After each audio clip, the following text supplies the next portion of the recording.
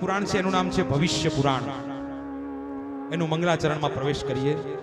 જયતિ ભુવન દીપો ભાસ્કરો લોકકર્તા જયતિ જ શશિ દેહ સાંગ ધનવા મુરારિઃ જયતિ ચ શશિ મૌલી રુદ્રનામાભિધેયો જયતિ ચ સતુદેવો ભાનુમાંશ્ચિત્રભાનુઃ જયતિ ચ સતુદેવો ભાનુમાંશ્ચિત્રભાનુ. સમસ્ત ભુવન મંડળને પ્રકાશિત કરવા વાળા સંપૂર્ણ સંસારના જે કરતા છે એવા સૂર્યનારાયણ ભગવાનની જય હો. જેમનો શ્યામ વર્ણ છે, મનોહર શરીર છે, સિંહનું ધનુષ જેમને ધારણ કર્યું છે, મૂર નામના દૈત્યનો નાશ કરનારા એવા ભગવાન વિષ્ણુની જય હો. રુદ્ર નામ વાળા મસ્તક ઉપર જે ચંદ્રમાને ધારણ કરે છે એવા ભગવાન શિવજીની જય હો. અને કાંતિયુક્ત અને વિચિત્ર કિરણો વાળા એવા ભગવાન અગ્નિદેવની જય હો. આમાં આ બધા દેવતાઓની વિશિષ્ટતા એ એક જ મંગલાચરણમાં બતાવી દીધી કે ભગવાન વિષ્ણુનું સ્વરૂપ કેવું છે, શિવનું સ્વરૂપ કેવું છે, સૂર્યનું સ્વરૂપ કેવું છે અને અગ્નિનું સ્વરૂપ કેવું છે. આ ચારેય દેવતાઓનું વર્ણન આ મંગલાચરણમાં આપ્યું છે. હવે ભવિષ્ય પુરાણ જે છે એ ભવિષ્ય પુરાણની અંદર 4 મુખ્ય પર્વ આપેલા છે. એ 4 પર્વ જે છે એમાં પહેલા પર્વનું નામ છે બ્રાહ્મ પર્વ. બીજો પર્વ છે એનું નામ છે મધ્યમ પર્વ. ત્રીજો નામ છે એ છે પ્રતિસર્ગ પર્વ. અને ચોથો જે પર્વ છે એનું નામ છે ઉત્તર પર્વ. આ 4 પર્વ આની અંદર આપેલા છે. ઘણામાં અંશ છે, ઘણામાં અધ્યાયો છે, ઘણામાં વિભાગ છે, આમાં પર્વ છે. તો ભવિષ્ય પુરાણની અંદર 14,000 જેટલા શ્લોકો છે. રાજસિક પુરાણ છે. ભગવાનનો આ જમણો ઘૂંટણ છે. ભગવાનના જમણા ઘૂંટણનું સ્વરૂપ એ આ ભવિષ્ય પુરાણ છે. તો ભવિષ્ય પુરાણની અંદર પ્રતિસર્ગ જે પર્વ છે એ પ્રતિસર્ગ પર્વની અંદર જે મહાત્મ્ય, જે કથાઓ છે એમાં ભગવાન વેદવ્યાસે સૌથી પહેલા તો વ્યાસના શિષ્ય એવા સુમંતુ મહારાજ અને રાજા સતાનિકનો સંવાદથી આ પુરાણનો પ્રારંભ થાય છે. આ પુરાણ જે છે એ સુમંતુ અને સતાનિક વચ્ચેનો સંવાદ છે આખો. સુમંતુ કોણ હતા? મેં તમને ભગવાન વેદવ્યાસના શિષ્યોના નામ હું બોલ્યો હતો કે ભગવાન વેદવ્યાસે પુરાણોનું જ્ઞાન કોને સંભળાવ્યું હતું? રોમહર્ષણને. 4 વેદો જે હતા એ 4 વેદો એક એક શિષ્યને ભણાવ્યા હતા, જૈમિની વગેરે. એમાં એમના એક શિષ્ય હતા સુમંતુ. એ સુમંતુને આ પુરાણોનું જ્ઞાન વેદવ્યાસે સમજાવ્યું હતું. તો આના જે મુખ્ય વક્તા છે એ સુમંતુ મહારાજ, એના શ્રોતા છે રાજા સતાનિક છે. ત્યાર પછી 4 વેદ પુરાણ, એની વર્ણોની 4 વર્ણોની ઉત્પત્તિ કઈ રીતે એના વિશેનું આમાં વર્ણન છે. પછી આપણા જે સંસ્કારો છે મનુષ્યના 16 સંસ્કાર, ગર્ભાધાનથી લઈ અને અંતિમ સંસ્કાર સુધીના એ 16 સંસ્કારોનું સંક્ષિપ્ત વર્ણન એ આની અંદર આપેલું છે. પછી વેદનું અધ્યયન કઈ રીતે કરવું જોઈએ, એની વિધિ શું, ઓમકારનું મહત્વ શું, ગાયત્રી મંત્રનું મહાત્મ્ય એ આમાં આપ્યું છે. ત્યાર પછી વિવાહનો સંસ્કાર જે છે એમાં વિવાહના કેટલા પ્રકાર છે, એમાં સ્ત્રીઓના લક્ષણ કેવા, કેવી સ્ત્રી સાથે આપણે પરણવું જોઈએ. જ્યારે આપણે કોઈ પણ છોકરીને જોવા માટે કોઈ વર જાય તો એ સ્ત્રીના લક્ષણો કેવા હોય તો એ સ્ત્રી શુભ ગણાય. તો એ સ્ત્રીઓના લક્ષણો અને અશુભ લક્ષણો એનું વર્ણન આમાં છે. ગૃહસ્થાશ્રમની અંદર ધન અને સ્ત્રીની શું મહત્તા છે એનું વર્ણન આની અંદર છે. ત્યાર પછી બ્રહ્માજીની રથયાત્રાનું વિધાન આમાં આપેલું છે. અને કાર્તક માસની શુક્લ પક્ષની એકમનો મહિમા, બીજનો મહિમા, આ રીતે એકમથી લઈ અને બધી અલગ અલગ તિથિઓનું વર્ણન આની અંદર આપેલું છે. કયા કલ્પની અંદર કઈ તિથિના દિવસે કયા દેવતાનું પ્રાગટ્ય થયું હતું અને એ તિથિમાં કયા દેવની પૂજા આપણે કરવી જોઈએ. જેમ કે ચતુર્થીના દિવસે આપણે ગણપતિની પૂજા કરીએ છીએ, એને ગણેશ ચતુર્થી કહેવાય. તો ગણેશ ચતુર્થી નામ કઈ રીતે પડ્યું એ આમાં છે. બરાબર. પછી સર્પના લક્ષણો, મેં હરિદ્વારની કથાની અંદર જ્યારે કાલીય દહનની કાલીયની જે લીલા આવી હતી એ વખતે મેં વિશેષ સર્પ વિશે જે પ્રકાશન આપ્યું હતું કે સર્પ જે નાગ અને નાગણ હોય તો નાગણ કેટલા ઈંડા મૂકે, એમાંથી કેટલા પ્રકારના બચ્ચા થાય, એ બચ્ચા કેટલા મહિનાના થાય તો એમાં વિષ આવે, એ બચ્ચાને સાપને નાગને કેટલી દાઢ હોય, એ દાઢના નામ શું, કયા દાઢની અંદર વિષ રહેલું હોય, એ કેટલા વર્ષનું થાય બચ્ચું તો એ આપણને દંશ આપે. સવારે જે સર્પ વિચરણ કરતા હોય એ કઈ જ્ઞાતિના હોય, મધ્યાહ્નમાં કેવા સર્પ હોય, રાત્રિના પ્રહરમાં કેવા સર્પ હોય, આખું આ સર્પ વિજ્ઞાન છે એ બધું આ ભવિષ્ય પુરાણમાં બ્રહ્મ પર્વમાં છે. 240 ઈંડા મૂકે નાગણ. નાગણ કેટલા ઈંડા મૂકે? 240. અને એમાંથી અલગ અલગ પ્રકારના બચ્ચા ઉત્પન્ન થાય. એ 3 પ્રકારના વર્ણવાળા, બ્રાહ્મણ વર્ણના, ક્ષત્રિય, વૈશ્ય અને શૂદ્ર 4 વર્ણના હોય એમાં. તો આ આખું જે સર્પ વિજ્ઞાન જે છે એ ભવિષ્ય પુરાણમાં છે આખું. આગળ ભગવાન સૂર્યનારાયણના રથનું વર્ણન જે ભાગવતજીમાં પણ સંક્ષિપ્તમાં આવ્યું હતું.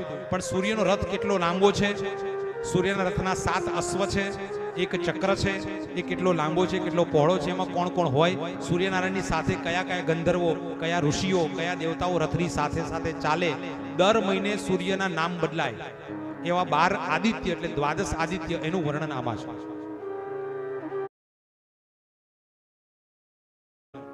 આમાં એક કથા મને બહુ ગમી હતી, દીપદાન માટેની કથા હતી આની અંદર, કે ભગવાન સૂર્યનું એક મંદિર હતું અયોધ્યાની અંદર સરયુ નદીના કિનારે. અને જે સૂર્યવંશી રાજાઓ થયા આ બધા દશરથ વગેરે, રામ ભગવાન છે સૂર્યવંશી છે, તો એમના જે વડવાઓ હતા એ લોકોએ એક સૂર્ય મંદિરનું નિર્માણ ત્યાં કર્યું હતું. ત્યાં એક ગરીબ એક ભિક્ષુક રોજ ત્યાં આવતો અને ત્યાં મંદિરની સામે બેસી અને ભિક્ષા માંગતો. એક દિવસ સૂર્યનારાયણનો બહુ મોટો મહોત્સવ હતો એટલે બધા સિપાહીઓ એ મંદિરની રક્ષા કરતા હતા. રાત્રે 12-1 વાગ્યા હશે અને સૂર્યનારાયણના મંદિરમાં પહેલા તો લાઇટ હતી નહીં, એટલે બધા દીવાઓ પ્રજ્વલિત રહેતા હતા, મસાલાઓ લગાવતા, એનાથી થોડો ઘણો પ્રકાશ આવે. હવે આ ભિક્ષુક હતો એ રાત્રે એને એવું થયું કે આજે સૂર્યનો ઉત્સવ છે તો ભગવાનને સોનાના અલંકાર પહેરાવ્યા છે તો હું એ સોનાના અલંકાર ચોરી લઉં. આવી મનમાં એની ઈચ્છા પ્રગટ થઈ. એટલે એ જે હતો એ રાત્રે મંદિરમાં ધીરે રહીને ગયો. ત્યારે બધા સિપાહીઓ સૂતા હતા. જ્યારે એ સૂર્યનારાયણની મૂર્તિની સમક્ષ ગયો ત્યારે એ ભગવાનની પાસે જે દીવો હતો એ દીવો ધીમે ધીમે ધીમે ધીમે એની જ્યોત ઓછી થવા લાગી અને એ દીવો રામ થઈ ગયો. એટલે અંધારું થઈ ગયું. એટલે એ પોતે અંદર પહોંચ્યો એટલે જોયું કે અહીંયા તો અંધકાર છે. તો એને શું કર્યું, બાજુમાં એક દીવો હતો એ દીવો લઈ અને એને પ્રજ્વલિત કર્યો અને ભગવાનની સામે આમ મૂર્તિની સામે દીવો પ્રગટાવી અને આમ મૂક્યો. એટલે એનું જે પ્રકાશ થયું, અજવાળું થયું, એટલે એને ભગવાનના દર્શન થયા. ભગવાનના ઘરેણા જે ભગવાનને અલંકાર હતા એ બધા એને જોયા. આટલી ક્ષણમાં તો એક સિપાહી જાગી ગયો અને એને થયું કે અંદર કોઈ ચોર આવ્યો છે, એટલે તરત જ એને પકડી લીધો. અને એ માણસને પકડી અને જેવો એને રાજાની પાસે લઈ જવા માટે લઈ જાય છે તો રસ્તામાં જ એને બહુ બીક લાગી કે રાજા હવે મને મારી નાખશે. એટલે એના પ્રાણ ત્યાંના ત્યાં નીકળી ગયા. અને એ જે દરિદ્ર વ્યક્તિ હતો એને લેવા માટે ભગવાનનું વિમાન ત્યાં આવ્યું છે. એ વિમાનમાં બેસી અને સૂર્ય લોકમાં ગયો અને ત્યાં ગયો એ ભગવાનની સાથે હજારો વર્ષો સુધી સૂર્ય લોકમાં રહ્યો. અને એનો બીજો જન્મ જે છે એક બ્રાહ્મણના ઘરે થયો. એ બ્રાહ્મણને 100 પુત્ર હતા, એમાં 100મો સૌથી નાનો આ પુત્ર હતો. એ પોતાના ગત જન્મનું એને થોડું સ્મરણ હતું એટલે બાજુમાં એક મંદિર હતું.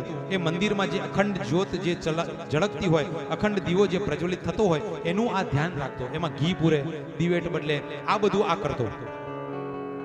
તો એના મોટા ભાઈઓ જે બધા હતા 99, એ બધા ભાઈઓએ કીધું કે તું મંદિરમાં જાય છે તો આ દીવાનું જ કેમ ધ્યાન રાખે છે, બીજું કંઈ કરતો નથી, પણ આ જ્યોતનું જ તું શા માટે ધ્યાન રાખે છે? ત્યારે એને કીધું કે હું મારા ગત જન્મની અંદર એક દરિદ્ર હતો અને મેં ભગવાનના મંદિરમાં ચોરીના ઈરાદાથી ત્યાં જઈ અને ભગવાનની પાસે રહેલો એક દીપ મેં અજાણતા જ પ્રજ્વલિત કરી અને એક દીવો પ્રગટાવી અને ભગવાનની સન્મુખ મૂક્યો તો મને સૂર્ય લોકની પ્રાપ્તિ થઈ ગઈ. હું ચોરીના ઈરાદેથી ત્યાં ગયો હતો પણ મેં અજાણતા દીવો ભગવાનની પાસે અર્પણ કર્યો, દીપ પ્રજ્વલિત કર્યો તો મને સૂર્ય લોકની પ્રાપ્તિ થઈ. અને આ બીજા જન્મમાં હું બ્રાહ્મણના ઘરે જન્મ્યો છું.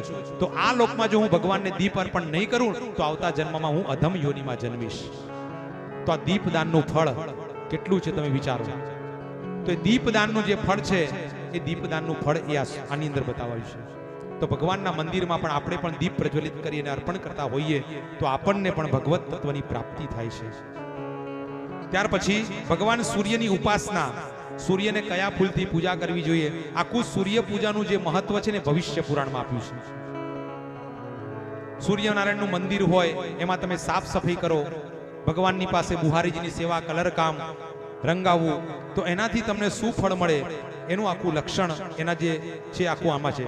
પછી ભગવાન સૂર્યના ચક્રનું વર્ણન કે જો સૂર્યનારાયણ ભગવાન જે પ્રદક્ષિણા કરે છે એ આખા સૂર્યનું જે ચક્ર છે એ કઈ કઈ નગરીઓમાં ભગવાન સૂર્યનારાયણ પોતે ભ્રમણ કરે છે, એ આખા સૂર્ય ચક્રનું વર્ણન આમાં છે. પછી સૂર્યનારાયણની જે એક તિથિ છે જેને કહેવાય સૂર્ય ષષ્ઠી, એ સૂર્ય ષષ્ઠીનો વ્રતનો મહિમા એ ભવિષ્ય પુરાણમાં આપેલો છે. ત્યાર પછી સપ્તમીનું વ્રત, અષ્ટમીનું વ્રત, એ દિવસે કયા કયા આ તિથિઓના જે વ્રત છે એ તિથિઓના વ્રતનું વર્ણન આમાં આપેલું છે. બીજો પર્વ છે એનું નામ છે મધ્યમ પર્વ. એ મધ્યમ પર્વના પ્રથમ ભાગની અંદર ગૃહસ્થાશ્રમના ધર્મનું મહિમાનું વર્ણન છે. પછી 7 લોકનું વર્ણન, ઉપરના 7 લોક, નીચેના 7 લોકનું વર્ણન, ભૂગોળનું વર્ણન જે ભાગવતજીના પંચમ સ્કંદમાં આવ્યું હતું, ભૂગોળનું અને ખગોળનું વર્ણન, જ્યોતિષ ચક્રનું વર્ણન એ પણ આમાં આપ્યું છે. પછી બ્રાહ્મણોનું મહિમાનું વર્ણન, બ્રાહ્મણોના 26 પ્રકારના દોષ આમાં બતાવ્યા છે એનું વર્ણન, માતા પિતા અને ગુરુના મહિમાનું વર્ણન. કોઈ પણ પુરાણનું તમે સાંભળો છો, પુરાણનું શ્રવણ કરો છો તો એની વિધિ અને પુરાણનું જે વાંચનારા જે વક્તા હોય એનો શું મહિમા છે એનું પણ વર્ણન આમાં છે. પુરાણ જે છે એ પુરાણને તમે આવી પોથીનું વસ્ત્ર આપણે બનાવીને અર્પણ કરીએ, એની આ એક દોરી ખાલી બનાવીને આપણે પુરાણને અર્પણ કરીએ તો શું ફળ મળે એ એક એક વસ્તુનું વર્ણન આની અંદર આપ્યું છે. પુરાણનું દાન કરીએ તો શું ફળ મળે, પુરાણને તમે પોથીજી અર્પણ કરો દાનમાં તો એનું શું તમને ફળ મળે, તે બધાનું વર્ણન, એમાં કયા કયા દેવતાઓ નિવાસ કરે, આમાં કયા દેવ કરે, આ દોરીમાં કયા દેવ કરે, પુરાણની અંદર જે પુસ્તક હોય એમાં કયા ભાગમાં કયા દેવતાઓ નિવાસ કરે, એ આખું પુરાણનું રહસ્ય આમાં આપ્યું છે. ત્યાર પછી વાસ્તુ પૂજનની વિધિ, ચતુર્માસ જે આપણે કરીએ છીએ એ ચતુર્માસમાં શું કરવું જોઈએ એના નિયમો આમાં બતાવ્યા છે. પછી જે અલગ અલગ પ્રકારના ગોત્ર છે એ ગોત્ર પ્રવર એની માહિતી આની અંદર આપી છે. મધ્યમ પર્વ જે છે એની અંદર ઉદ્યાપનની પ્રતિષ્ઠા વિધિ, પછી અલગ અલગ પ્રકારના જે વૃક્ષો આપણે વાવીએ તો એનું આપણને શું ફળ મળે, વડ વાવીએ તો શું ફળ મળે, બીલીનું ઝાડ, સોપારીનું ઝાડ, ઉદ્યાન બનાવીએ તો એનું શું ફળ મળે, એની પ્રતિષ્ઠા કરાવીએ. વૃક્ષોની પ્રતિષ્ઠા કઈ રીતે કરવી, પીપળાને પણ આપણે જનોઈ આપીએ છીએ તો પીપળાને શા માટે જનોઈ આપીએ છીએ એનું વિજ્ઞાન આમાં છે. પછી પ્રતિસર્ગ નામનો જે પર્વ છે ત્રીજા નંબરનો, એમાં સતયુગની અંદર જે રાજાઓ થયા એનું વર્ણન આમાં છે. ત્રેતા યુગના રાજાઓનું વર્ણન આમાં છે. દ્વાપર યુગના ચંદ્રવંશી રાજાનું વર્ણન આમાં છે. અને આપણા કલયુગમાં કયા કયા કેવા કેવા રાજાઓ થશે એનું વર્ણન પણ આમાં પહેલેથી વેદવ્યાસે લખી દીધું છે કે આટલા યવનો આવશે, આટલા મુસલમાન રાજાઓ થશે, શક આવશે, હુણ આવશે, આખી જે રાજાઓ જે આપણા ભારત ઉપર આવશે એ બધાનું પહેલેથી વેદવ્યાસે લખીને ગયેલા છે, એનું વર્ણન આમાં છે ભવિષ્ય પુરાણમાં. અને છેલ્લે એમાં મહારાજ જે વિક્રમાદિત્ય થઈ ગયા ઉજ્જૈનમાં, વિક્રમ રાજા, જેનાથી આપણા વિક્રમ સંવત ચાલુ થયું છે, એ શક સંવત પૂરું થયું, શક નામના રાજાઓને હરાવ્યા અને વિક્રમ રાજાએ વિક્રમ સંવતની પ્રાર્થના કરી, એની પ્રાપ્તિ કરી. એ વિક્રમ આદિત્યનું જે ચરિત્ર છે એ ચરિત્રનો ઉપક્રમ પણ આમાં આપેલો છે. પછી આગળ પ્રતિસર્ગ પર્વનો જે બીજો ખંડ છે એની અંદર પણ બ્રાહ્મણ પુત્રી મહાદેવની કથાનું વર્ણન છે.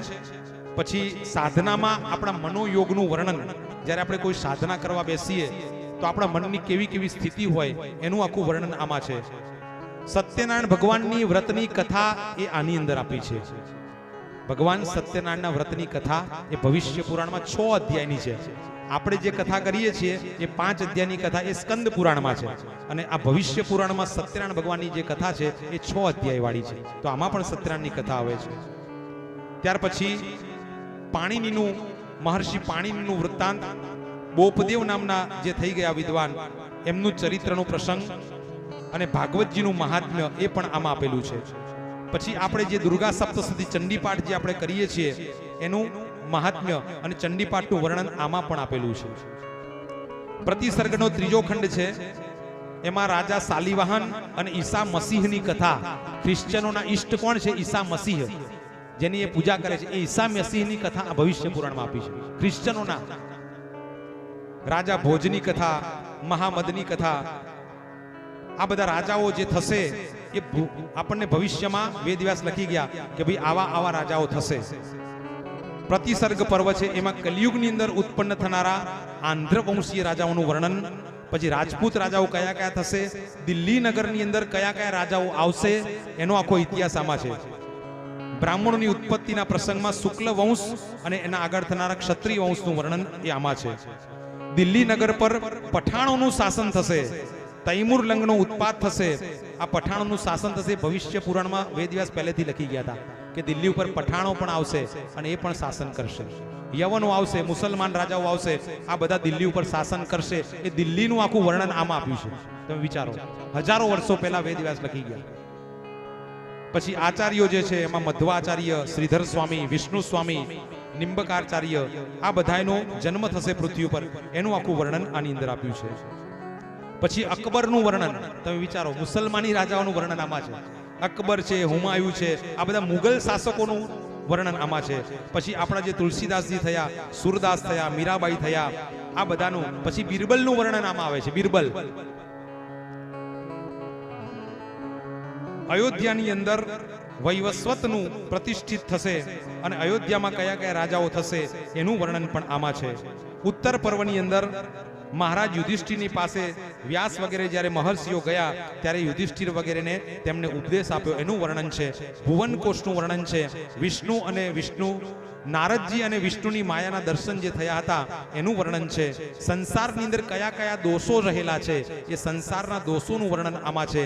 વ્રત ઉપવાસમાં, મહિમામાં શકટ વ્રતની કથા, અલગ અલગ પ્રકારના બીજા વ્રતો બતાવ્યા છે. કોકિલા વ્રત, બૃહદ તપો વ્રત, પછી મધુ તૃતીયા વ્રત, યમ દ્વિતીયા જેને ભાઈ બીજ આપણે કહીએ છીએ એ વ્રતનું વર્ણન, હરકાલિક વ્રત, લલિતા તૃતીયા વ્રત, આ બધા વ્રતોનું વર્ણન છે.